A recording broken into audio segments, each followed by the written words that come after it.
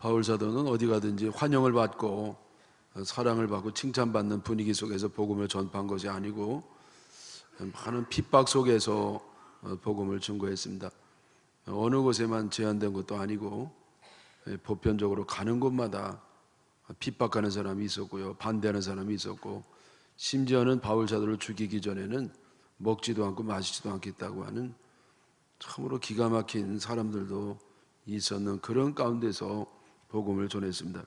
이 고린도 교회도 예외가 아니어서 대부분 많은 교인들은요, 바울 사도의 복음을 듣고 삶이 변하고 그 타락한 도시였던 고린도에서도 경건한 삶을 사는 훌륭한 교인들이 많았습니다마는, 그러나 분쟁을 일삼고 또 바울 사도를 거역하고 사역을 방해하고, 심지어 바울 사도는 사도도 아니고 가짜라고 그런 사람들이 또 있었습니다. 저들이 바울 사도가 가짜라고 하는 근거를 대는 것 가운데 하나가 뭐냐면은 추천서가 없다는 겁니다. 추천서라고 하는 건 뭐냐면은 예루살렘 교회에 있었던 그 권위 있는 제자들, 베드로라든지 요한이라든지 야고보라든지 이런 귀한 권위 있는 분들의 추천서가 있어야 진정한 사도로 인정할 수 있다, 그런 얘기예요. 이 당시에는 이 주의 종이라고 하는 것이 어떤 시스템화가 되지 않고 조직화가 되지 않아 가지고 엉터리로 사실을 많이 있었습니다. 그래서 이 사도들의 이 추천서가 있냐, 그러면서 사도들 추천서가 없기 때문에 진짜 사도가 아니라 이렇게 말하는 사람들이 있었다는 것이죠. 3장 1절에 그런 배경을 갖고 있는 말씀입니다. 우리가 다시 자천하기를 시작하겠느냐, 스스로 천구하냐 이거죠. 우리가 어찌 어떤 사람처럼 추천서를 너희에게 붙이거나 혹은 너희에게 받거나 할 필요가 있느냐. 그러니까 이 반대자들의 의견에 대해서 바울 사도는요, 추천서 필요 없다는 겁니다. 왜 필요가 없느냐, 2절에 나옵니다. 너희는 우리의 편지라 우리의 마음에 썼고 무사람이 알고 읽는 바라. 너희들이 추천서다. 여기 표현에는 편지로 되어 있습니다만은 내가 별도의 추천서, 즉 편지가 필요 없는데, 왜냐하면 너희들이 편지가 아니겠느냐.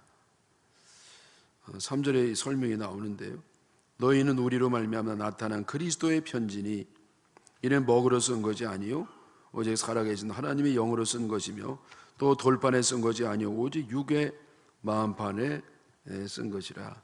너희들은 그리스도의 편지라는 겁니다.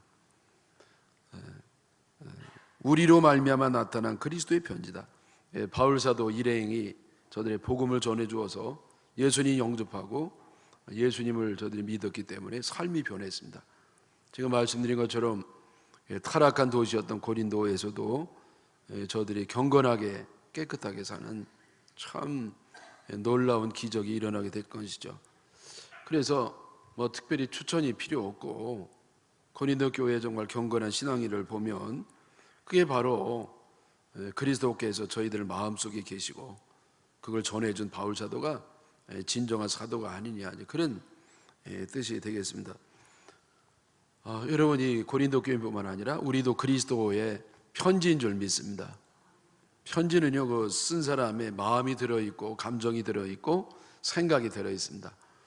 그래서 우리가 그리스도의 편지라고 하면 우리의 삶을 통해서, 신앙을 통해서 주님의 생각, 주님의 감정, 주님의 마음, 주님의 뜻이 잘 드러나는 사람이 되는 것이라고 믿습니다. 여러분, 그리스도의 편지 확실하십니까? 주님이 나를 통해서 이렇게 나타나고 있으신지요? 어려운 건 아니에요. 주님이 내 안에 계시면은요, 나도 모르게 주님의 느낌이 나는 겁니다. 아무래도 내 생각과 내 판단과 감정에 내 안에 계신 주님이 영향을 끼쳐가지고 주님의 느낌이 나도록 그리스도의 편지가 우리 모두가 되는 줄 믿습니다. 이어서 이 바울 사도는요, 이제 자랑하려면 주님을 자랑하라, 그런 취지의 말씀을 하는데 4절과 5절의 말씀입니다. 우리가 그리스도로 말미암아 하나님을 향하여 이 같은 확신이 있으니 우리가 무슨 일이든지 우리에게서 난 것 같이 스스로 만족할 것이 아니니 우리의 만족은 오직 하나님으로부터 나느니라. 여러분, 우리에게 무슨 일이 있든지 뭔가 이렇게 이룬 게 있다고 하면 우리에게서 난 것 같이, 우리가 만든 것처럼 그렇게 스스로 만족하지 말라는 겁니다. 왜냐하면 뭔가 이룬 게 있다고 하면 오직 하나님으로부터 나느니라, 하나님 역사에서 된 것이지 내가 한 게 뭐가 있냐는 것이죠. 여러분, 우리는 자랑은 우리하고 상관이 없는 줄 믿습니다. 아무리 귀하고 위대한 일을 했다 할지라도 내가 한 게 아니고 전적으로 하나님이 하셨고 하나님의 은혜로 된 것이기 때문에 공을 돌리려면 주님께만 돌려야 되고 자랑하려면 주님을 자랑해야 되고 모든 영광을 주님께 돌려야 마땅할 줄 믿습니다. 무수한 적을 무찌른 이 검이 있다고 할 때 어찌 검이 자랑할 수가 있겠습니까?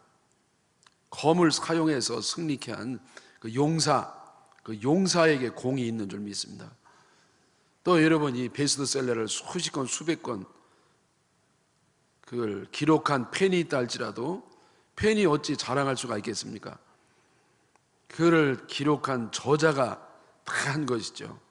다만 펜은 저자의 생각에 따라서 그냥 쓰임만 받아줄 뿐인데, 그러므로 공이 있다고 하면 오직 그 저자에게 공이 있는 줄 믿습니다. 마찬가지로 나에게 뭐가 했다고 하면 내가 된 것이 아니고 하나님이 다 하신 것이고 나는 다만 쓰임을 받았을 뿐이기 때문에 자랑하려면 주님을 자랑하고 주님께 모든 영광을 돌리는 것이 너무나 합당한 줄 믿으시기를 축원합니다. 주님께서 우리를 통해서 하신 많은 일이 있으십니다만은 그 가운데서 중요한 게 뭐냐면은 6절에 나오는 말씀입니다. 그가 또한 우리를 새 언약의 일꾼되게 만족하게 하셨으니 율법 조문으로 하지 아니하고 오직 영으로 함이니 율법 조문은 죽이는 것이요 영은 살리는 것이니라.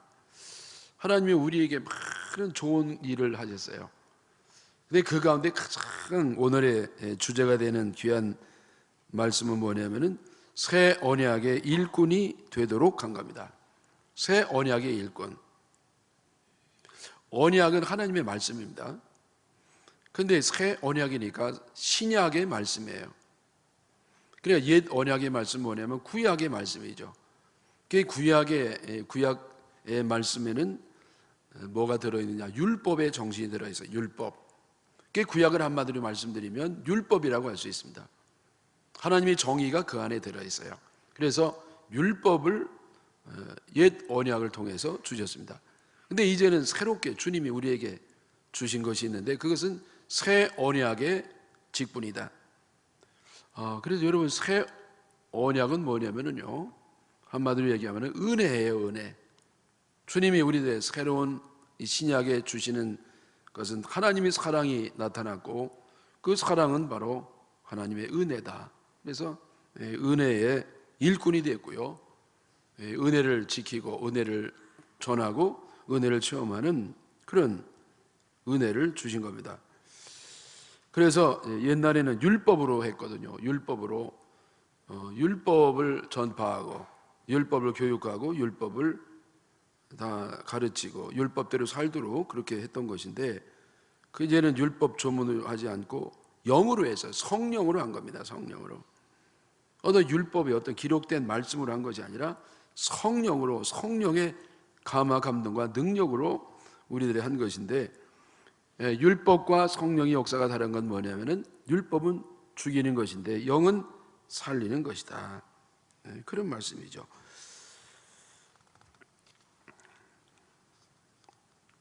율법과 은혜는 둘 다 하나님께로 나왔기 때문에 다 좋은 겁니다. 근데 결과는 다르죠. 말씀드린 것처럼 율법은 죽이는 것이고 성령은 살리는 것이다. 여러분, 율법의 직분, 율법의 직분은 뭐냐면 율법의 일꾼이고요. 율법을 전파하는, 교육하는 사명이라는 거예요. 율법의 직분도 영광스러운 것이다. 왜? 하나님이 주신 거니까. 오해하지 마십시오. 율법은 나쁜 게 절대 아니에요. 율법은 한계가 있다는 것이죠. 여러분, 율법도 하나님이 우리들에게 좋은 뜻으로 주신 겁니다. 출애굽한 이스라엘 백성들이 광야 생활하는 동안에 만약에 율법이 없었다 그러면 그 공동체가 와해가 됐을 겁니다. 완전히 무너질 겁니다. 왜냐하면 인간은 죄인이기 때문에 법이 없다고 하면은요, 약육강식의 정글 같은 무법천지가 되는 겁니다. 그래서 율법도요, 이 공동체를 보존하기 위해서 반드시 필요합니다. 근데 문제는 뭐냐? 율법은 살리지를 못해요. 정죄를 하고 징벌을 하고 죽이고 할 수는 있어도 살리지를 못해요. 그래서 율법도 영광스러운 것이지만은, 그러나 새로운 의의 은혜의 직분은 더욱더 영광스러운 것이다. 그것이 이제 7절 8절의 말씀입니다. 돌에 써서 새긴 죽게 하는 율법 조문의 직분도 영광이 있어서 이스라엘 자손들을 모세 얼굴에 없어질 영광 때문에도 그 얼굴을 주목하지 못하였거든 하물며 영의 직분은 더욱 영광이 있지 아니하겠느냐. 여러분, 모세는요 율법의 대표예요. 율법의 상징이고요. 모세는 시내산에서 하나님의 율법을 받았습니다.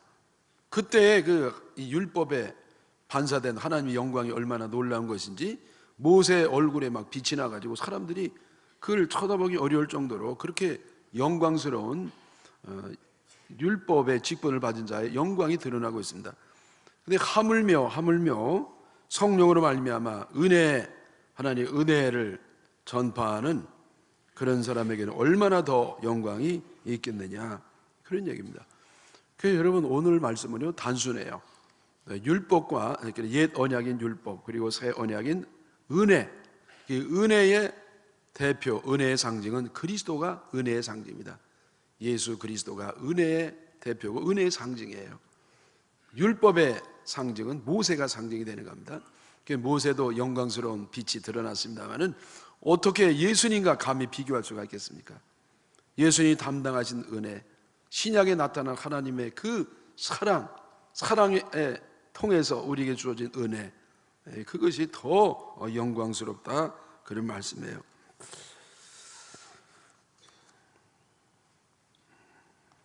율법의 기능은 정죄하는 것입니다. 정죄하는 것. 그래서 9절에 말씀이 나오는데, 정죄의 직분도 영광이 있은즉 의의 직분은 영광이 더욱 넘치리라. 율법이 하는 일은 뭐냐? 정죄하는 겁니다. 율법이 없으면 정죄할 수가 없습니다. 먼저 율법이 있기 때문에 율법이 우리에게 죄를 정해놓고 그 죄에 저촉된 사람은 율법의 정죄를 통해서 비로소 죄인이 되는 겁니다. 그 죄인이 되어야 벌을 받고 또 격리가 되고 이제는 죽임을 당하고 그렇게 하는 것이죠. 근데 제가 말씀드린 것처럼 율법은 원래 공동체를 살리기 위해서 주신 것이고, 율법이 없으면 그 사회가 유지가 되지 않는, 보존하는 의미가 있습니다만은 살리지를 못해요. 이 살리는 건 뭐냐? 의예요. 하나님의 새로운 의인, 은혜만이 죄인을 살릴 수가 있습니다. 여러분, 이 죄인을 막 이렇게 벌하고 격리시켜 죽임으로써 사회를 어느 정도 보존할 수 있겠습니다만은 정작 죄를 짓고 정죄를 당한 사람들은 죽임을 당하기 때문에 그게 한계입니다. 하나님은 그럴 걸 원치 않으세요. 그래서 하나님이 율법을 주신 다음에 신약 시대에는 새로운 하나님의 의를 주시는데, 의가 바로 은혜입니다. 은혜. 죄를 졌음에도 불구하고 살고 복을 받고 영생을 얻고 천국에 가고, 여러분, 이것이요 하나님이 우리들에게 주신 놀라운 은혜입니다. 그래서 율법의 직분도 영광스러운 것이지만은 은혜의 직분은 훨씬 더 영광스러운 것이다, 그런 말씀이죠. 여기 10절 11절도 그런 말씀입니다. 영광되었던 것이 더 큰 영광으로 말미암아, 그 영광되었던 것은 율법이고요, 더 큰 영광은 뭐냐? 이건 은혜예요. 그래서 이에 영광이 없으나, 이건 뭐냐면은 여러분, 예를 들어서 이게 전기불이 있어가지고 이제 환하게 비춰줬는데 태양이 오면 전기는 있어야 마나요. 율법도 어느 정도 기능을 했습니다. 그러나 한계가 있단 말이에요. 살리지를 못해요. 죽이기는 하는데. 그래서 이 살리는 은혜가 왔을 때는 율법은 이제 빛이 나지 아니하는 그런 상태가 된다는 것입니다. 또 11절에도 없어질 것도 영광으로 말미암아 쓴즉 없어질 건 뭐냐? 율법이에요. 여러분, 율법이요 없어진다는 건 아니에요. 하나님의 말씀은 천지가 변해도 1.1획도 떨어지지 않는다고 많은 말씀이 있는 것처럼 율법도 영원할 겁니다. 그러나 한계가 있죠. 한계가 있어요. 그래서 없어질 율법도, 한계가 있는 율법도 영광이 있었지만은 길이 있을 것은 은혜예요. 그 은혜는 더욱 영광 가운데 있느니라. 더 영광이 있는 줄 믿습니다. 지난주 오후 예배 때 우리 부목사님이 설교를 하면서요, 놀이공원에 갔다가 해프닝 있는 얘기를 하면서 은혜를 받은 기억이 있습니다. 지난주가 아니고 벌써 3주가 됐네요. 우리 부목사님이 다자녀 가구 아니겠어요? 애들이 넷밖에 안 낳았어요. 4명이 있는데 걔들을 데리고 놀이동산에 갔더니요, 거기에 딱 뭐라고 써 있냐면은 다자녀 가족 30% 티시다. 뭐 참 좋아가지고 할랬더니 안 되는 거예요. 왜냐하면은 그 다자녀 카드가 있어야 된대요. 증명서가. 참 안 된다는 거죠. 그래서 목사님 막 사정해가지고, 봐라, 애들하고 나하고 닮지 않았냐 이래가지고 그 매표소 있는 사람이 이거 알았다고, 요 한 번만 딱 봐줄 테니까 앞으로 절대 안 된다고 그랬습니다. 제가 왜 이런 말씀 드리냐면요, 들어가지 못하는 것은 규정이에요. 그 카드가 있어야 되거든요. 율법입니다. 율법에 의하면 들어가지 못하지만은 그러나 은혜로 들어가는 겁니다. 은혜로 공짜로 이제 그 담당자의 그 권한에 의해서 들어가는 것이죠. 여러분, 우리는요 천국에 들어갈 수 없는 무지막지한 죄인인데, 우리는 율법에 의하면 벌써 저 지옥의 밑바닥 예정되어 있는 사람입니다. 그러나 하나님께서 우리를 너무 사랑하셔서 은혜를 주심으로 아무 값 없이 천국에 들어가게 된 줄 믿습니다. 제가 떠오르는 생각 뭐냐면요, 초등학교 때, 옛날에는 국민학교라 그랬거든요. 그때 그 극장을 공짜로 들어간 적이 있어요. 그때 영화 제목이 뭐냐면은 바람과 함께 사라지다 했어요. 목사님 아주 조숙했네. 제가 조숙했습니다. 저는요 그 영화를 보고 싶어서 오랫동안 기다리다가 가는데 돈이 있어야죠. 먹을 것도 없는데 우리 아버님이 뭐 주겠어요? 공부하라고 그러지. 걔도 보고 싶어서 몰래 나와가지고 극장 앞을 막 서성이는데, 그때는요 아시는 분은 아시겠습니다만은 기도라는 사람이 있어요. 기도는 극장의 문직입니다. 그래서 매표소에 표를 갖고 들어오는지 그걸 검표하는 사람입니다. 그래서 이 분이요 보통 사람이 못해요. 되게 조폭 출신들이 하는 겁니다. 그래서 이게 컨트롤하고 통제하고 하려니까 그런 사람이 하는데, 저는 좀 뭐 겁이 났습니다만은 영화를 보고 싶은 마음 때문에 나 좀 넣어달라고. 안 된다는 거예요. 너 저거 끊어와야지. 안 된다는 거예요. 걔들 제가 거기 쭈그리고 앉아 있었습니다. 걔들이 영화가 시작하고 10분 좀 지나가지고 야, 들어가라 그러시더라고. 그래서 제가 들어가가지고 바람과 함께 사라지다를 봤습니다. 표가 있는 것이 율법이에요. 조건이죠. 죄가 없는 사람이 들어가는 겁니다. 여러분, 죄가 없는 사람이 들어간다고 하면 누가 들어가겠습니까? 여러분, 누가 구원을 받고 누가 천국에 갈 수가 있겠습니까? 그러나 우리는 은혜로 가는 거예요. 은혜로. 자격이 없지만은, 죄가 많지만은, 형편없는 죄인이지만은, 그러나 하나님의 은혜로 공짜로 아무 한 일이 없이 값 없이 그냥 천국에 들어감을 믿으시기를 바랍니다. 우리가 율법에 따르면 정죄당하고 벌받고 죽어야 마땅합니다. 죄의 싹은 사망이기 때문에 그랬습니다. 그런데 하나님은 우리를 또 한편 너무나 사랑하시는 겁니다. 그래서 우리가 정죄당하고 심판당하고 죽임당하는 걸 절대로 원치 아니합니다. 그래서 살려주고 싶은데 살려줄 수가 없는 겁니다. 왜? 하나님의 정의가 훼손이 되니까. 여러분, 하나님의 정의도 고스란히 살아야 되고 또 하나님 사랑도 고스란히 다 살아야 됩니다. 이 곤란한 문제가요 서로 모순된 것이 해결이 안 됩니다. 근데 이것이 어디서 해결되느냐? 십자가에서 해결이 되는 겁니다. 예수님 십자가에서 하나님의 정의와 하나님의 사랑이 둘 다 만족이 되는 겁니다. 예수님이 우리 대신 십자가를 지고 보혈을 흘려서 우리 대신 형벌을 받음으로써 하나님의 정의가 만족이 되는 겁니다. 그리고 우리는 아무 공로가 없지만은 온전히 그 그리스도의 보혈의 은총을 믿는 믿음으로 이제는 구원을 받게 됩니다. 하나님의 사랑이 이루어지는 것이죠. 그래서 여러분, 이 곤란한 문제, 하나님의 정의와 사랑이 서로 상충됩니다마는 그 조건이 묘하게 만족되는 것이 십자가예요. 그 십자가에서 하나님의 사랑과 정의가 만족돼서 우리가 은혜를 받게 된 줄 믿습니다.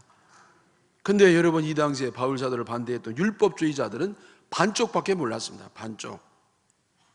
오직 정의의 잣대밖에 몰랐습니다. 죄를 지은 사람은 벌을 받아야 되고 죽어야 된다고 하는 그 한 가지 원칙밖에 없었기 때문에 그렇게 바울 사도를 죽이려고 애를 썼던 겁니다. 하나님은요, 말씀드린 것처럼 신약에 들어와서 은혜의 의를 우리에게 주신 겁니다. 이제는 내가 착한 선행을 함으로 구원받는 게 아니고 오직 하나님의 은혜를 믿음으로 구원받는 새로운 은혜의 직분을 우리에게 주셨습니다. 만약에 율법만 가지고 바울 사도를 판단했다고 하면 바울 사도는 존재할 수가 없습니다. 아시는 것처럼 바울 사도는 예수 믿는 사람 잡아 죽이는데 앞장섰던 사람입니다. 죄인 중에 괴수였어요. 그러나 하나님이 바울 사도에게 특별한 은혜를 베푸셔서 그 무지막지한 바울에게 은혜를 베풀어 주시고 용서해 주시고 구원해 줄 뿐만 아니라 그에게 은혜의 사명, 직분을 주셔가지고 그가 복음을 전파함으로 오늘날 우리들에게까지 믿음을 갖게 된 줄 믿습니다. 여러분, 그러므로 이 교회가 뭐 하는 것이냐? 은혜를 전파하는 것이에요. 은혜가 있고 하나님의 은혜를 구원을 받고 우리가 은혜를 받았으므로 은혜를 나누는, 전파하는 그런 것이 바로 교회인 줄 믿습니다. 교회는 의로운 사람들이 모이는 것이 아니에요. 죄 있는 사람이 모이는 거예요. 어떤 죄를 졌어도 괜찮아요. 아무리 많은 죄를 졌어도 괜찮아요. 이런 죄도 용서받나요? 받습니다. 다 받는 겁니다. 그리고 은혜를 받고 은혜의 일꾼이 되는 것이 바로 교회인 줄 믿습니다. 그래서 여러분, 교회를 시온소라고 그래요. 시온소. 구약시대의 성전은 두로 나눠 있었습니다. 하나는 지성소, 지극히 거룩한 곳이 있었고 그 다음에 성소가 있었습니다. 그 지성소에 뭐가 있었느냐? 바로 하나님의 임재 상징인 법궤가 있었습니다. 그 법궤에 그 뚜껑이 닫혀 있고 거기에 그룹의 형상이 있었는데 그곳을 바로 시은소라 그랬어요. 혹은 시은좌. 시은소가 뭐냐? 시, 베풀 시자, 은혜의 은자, 장소. 그래서 여러분, 은혜를 베푸는 곳이 바로 하나님의 지성소예요. 속죄소라고도 해요. 하나님이 예수 그리스도의 보혈의 은총을 베푸셔서 우리 모든 일을 속죄하시는 그것이 바로 지성소 안에 있는 이름입니다. 그러니까 교회가 뭐 하는 것이냐? 은혜를 베푸는 것입니다.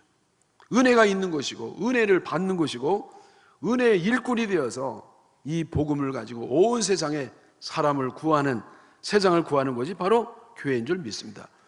여러분, 세상은 법과 정의가 반드시 있어야 됩니다. 이게 없으면 무법천지가 되는 겁니다. 만약에 법 없으면요, 맞아 죽을 사람 3분의 1은 다 맞아 죽었을 겁니다. 그러나 여러분, 교회는 뭐 하는 것이냐? 이 은혜가 있는 것이고 은혜를 베푸는 것이고 은혜로 세상을 구원하는 것입니다. 그런데 여러분, 요즘 이 은혜를 모르는 사람들이 세상의 가치관을 가지고 교회에서 그대로 적용하면서 교회가 혼란스럽고 어려움을 겪게 되는 겁니다. 여러분, 교회가 세상의 영향을 받고 세상의 가치관이 들어오는 것이 아니라 교회의 가치관이, 정신이 세상에 번져나가고 세상을 구원해야 될 줄 믿습니다. 하나님의 사랑과 은혜가 그것만이 세상을 구원할 수 있는 겁니다. 여러분, 세상을 유지할 수 있는 것은 법과 정의지만은 세상을 살리고 구원하는 것은 오직 은혜밖에 없는 줄 믿습니다. 근데 이 법과 정의로 살려보려니까 안 사는 겁니다. 법과 정의는 정죄하는 겁니다. 정죄하는 것은 죽이는 겁니다. 죽이기는 하지만 살리지는 못해요. 뭐가 살리느냐? 은혜가 살리는 겁니다. 은혜가. 교회가 뭐 하는 곳이냐? 은혜를 베푸는 것이고, 은혜를 받는 것이고, 은혜를 구원받는 것이고, 은혜를 전하는 것이고, 그게 교회입니다. 그게 교회. 교회에 법과 정의가 필요 없다는 게 아닙니다. 교회도 죄 많은 사람이 모이게 되기 때문에 교회도 법과 정의가 필요합니다. 그러나 그 법과 정의를 행할 때도 반드시 은혜스러운 방법이어야 됩니다. 왜? 교회는 은혜니까 은혜로운 방법이 돼야 되지, 그저 세상적인 방법이 되면 안 되는 것입니다. 그리고 법과 정의의 잣대를 들이대면 자기에게 들이대야 돼요.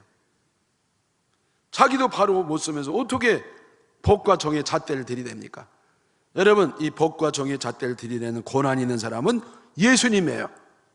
예수님은 법과 정의의 잣대를 들이댈 수 있는 유일한 분입니다. 왜? 예수님 죄가 하나도 없는 분이니까. 그러나 예수님도 정죄하지 아니하셨어요. 가늠하다가 현장에 잡혀온 여인을 보고 주님이 정죄하지 않았습니다. 그리고 용서하셨습니다. 가서 새로운 삶을 살라. 여러분, 그것이 주님이십니다. 여러분, 주님도 판단하지 아니하고 정죄하지 아니하셨는데 내가 뭐라고 판단하고 정죄합니까? 교회는 판단하고 정죄함으로 세상을 구원하는 것이 아니고 사랑과 은혜를 베풀므로써 세상을 구원하는 줄 다시 한번 확신하시기를 축원합니다. 제가요, 호주도 가보고 미국도 가보고 여기저기 가보기도 하고 많은 목회자를 만나보고 장로님도 만나보고 했는데 점점 어렵습니다. 작은 교회는요 더 작아져서 어려워지고 큰 교회도 많이 어렵습니다. 왜 어렵습니까? 세상의 가치관이 교회에 들어와가지고. 마귀가요 교회를 무너뜨리는데 무서운 방법으로 무너뜨리지 않습니다. 멋진 슬로건을 내버려요. 법이라는 겁니다. 정의라는 겁니다. 네, 여러분, 법과 정의는 행해야 돼요. 왜? 하나님께로부터 나왔으니까. 그러나 마귀가 그걸 어떻게 이용하냐면요, 그 정의 법 속에 사랑을 쏙 뺍니다. 여러분 잘 들어보십시오. 이 정의도요 사랑과 무관한 게 아니에요. 이 정의는 사랑의 정신을 구체화한 것입니다. 사랑의 구체적인 실행 방법이 그게 율법이에요. 그게 법이고 그게 정의입니다. 그러니까 여러분, 정의 안에는 사랑이 들어있어요. 그 정의의 정신이 뭐냐? 사랑입니다. 결국. 네? 째려만 보시는. 그 정의의 정신은 사랑이에요. 여러분, 사랑은요 정의를 무시하지 않아요. 사랑은 정의를 포함하면서 초월하는 게 사랑이에요. 근데 정의는 뭐냐? 사랑의 정신을 구현하는 것이 정의입니다. 근데 마귀가요 그 사랑을 쏙 빼요. 이 사랑을 빼면 뭐가 남느냐? 미움이 남아요. 그래서 여러분, 미움을 가지고 정의와 법을 흔들을 때 망가지는 겁니다. 무서운 일이 벌어지는 겁니다. 네? 본인도 속고 있어요. 여러분, 법과 정의는 하나님 만든 게 좋은 것입니다만은 그 안에 은혜가 있어야 되는 겁니다. 은혜스러운 방법이 되고 은혜의 정신을 해야 되고, 은혜와 사랑이 빠지면 무서운 마귀가 흔드는 무기가 될 수가 있는 겁니다. 제가요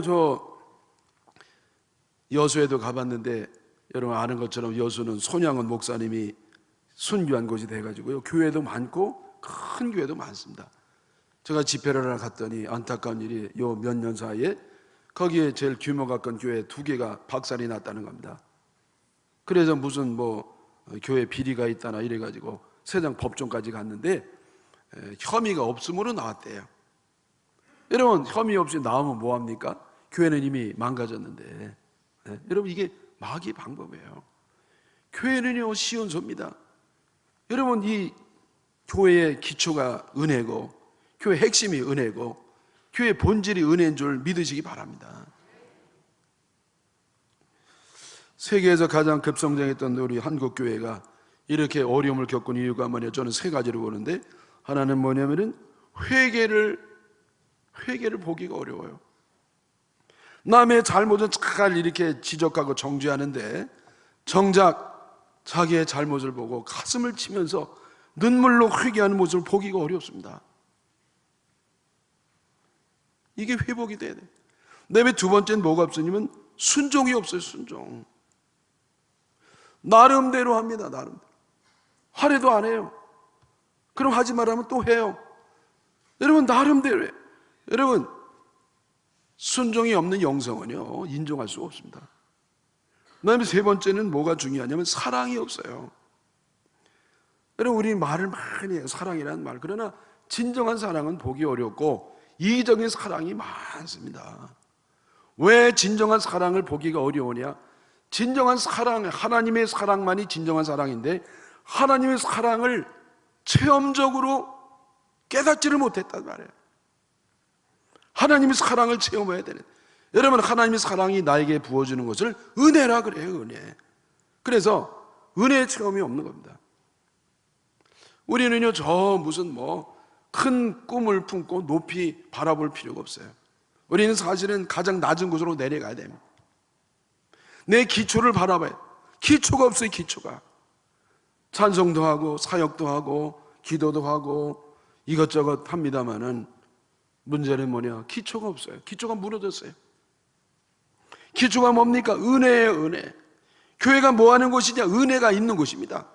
은혜로 구원받고 은혜를 전하고 은혜로 용서하고 은혜로 세상을 구원하는 것이 교회입니다. 근데 은혜 체험이 없어요. 은혜 체험. 말로는 은혜를 많이 말하는데 그냥 은혜 말만 해도 눈물 나오는데 은혜 체험이 없어요. 여러분 하나님이 우리들에게 예수 그리스도를 보내주셔서 그 보혈의 은총으로 구원받았다는 것을 믿는다고 하면 우리는 정죄를 그렇게 하기가 어렵습니다. 왜?